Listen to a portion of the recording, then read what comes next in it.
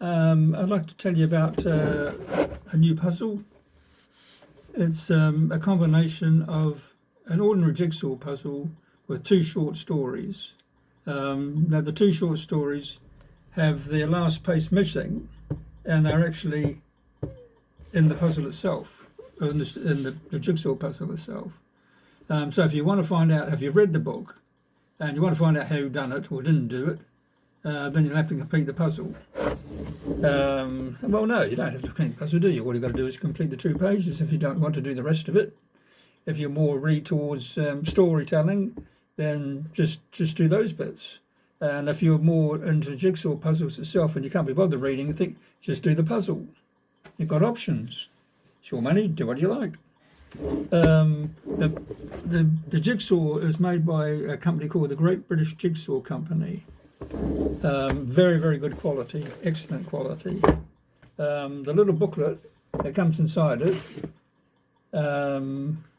is made by a company called Colour Calendars Limited, and they're in Devon.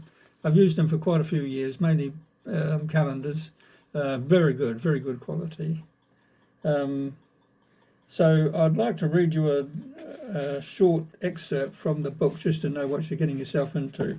This is a story about Merv and Celine called Till Death Do Us Both Part.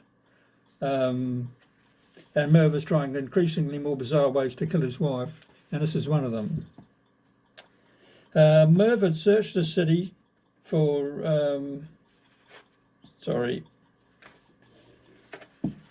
Merv had searched half the city before he finally found a shady pet shop that dealt in exotic and dangerous reptiles, squeezed between a psychic vape bar and a zero-gravity hair salon across town and away from anyone who knew him.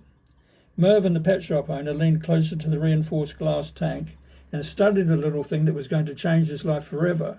How prophetic, only not the way he imagined. It was predominantly green with ugly red streaks across its long, thin body. Its head was rather larger than the rest of it, as nature had attempted to fit it all into the rest of his mouth, and not quite succeeding.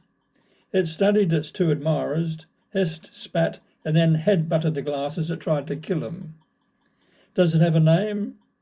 Bert, the pet shop owner replied. Docile when drugged, furious when awake, perfect. The drugged snake was placed by the owner into a teeny-tiny white box. Mervyn tied a red ribbon around the box, and one night at the dinner table he presented it to Celine, who looked at it with a measure of disbelief and apprehension. Listen, Sal, I know things haven't been too good lately, so I bought you a little something that I think you'll get a real kick out of. Celine leaned forward and picked up the box, wiggling it slightly as she raised it towards her ear. She placed the box back on the table when it suddenly began to vibrate like an alarm clock bouncing across a bedside table. The thing is, Mervyn, she said with a smile, am I going to regret opening the box, or are you? She reached out, pulled the bow apart, and in one whirlwind movement the lid flew off, the snake burst from the box with a rather annoyed view of life, and began heading towards the first thing it saw, which was Mervyn, and not Celine, as had been the plan. It was all razor teeth, fangs, and 8 furry legs, heading his way at an alarming speed. Unfortunately for Merv, things did not improve from there. Anyway, I hope you enjoy the puzzle. I will carry on for the stories in a few days. If you have friends who enjoy puzzles and mysteries or unusual things in general, tell them about this. Share the joy, as it were.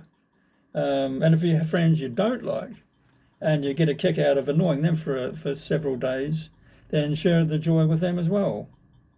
Tune in a bit later in the week and we'll have another piece of the story.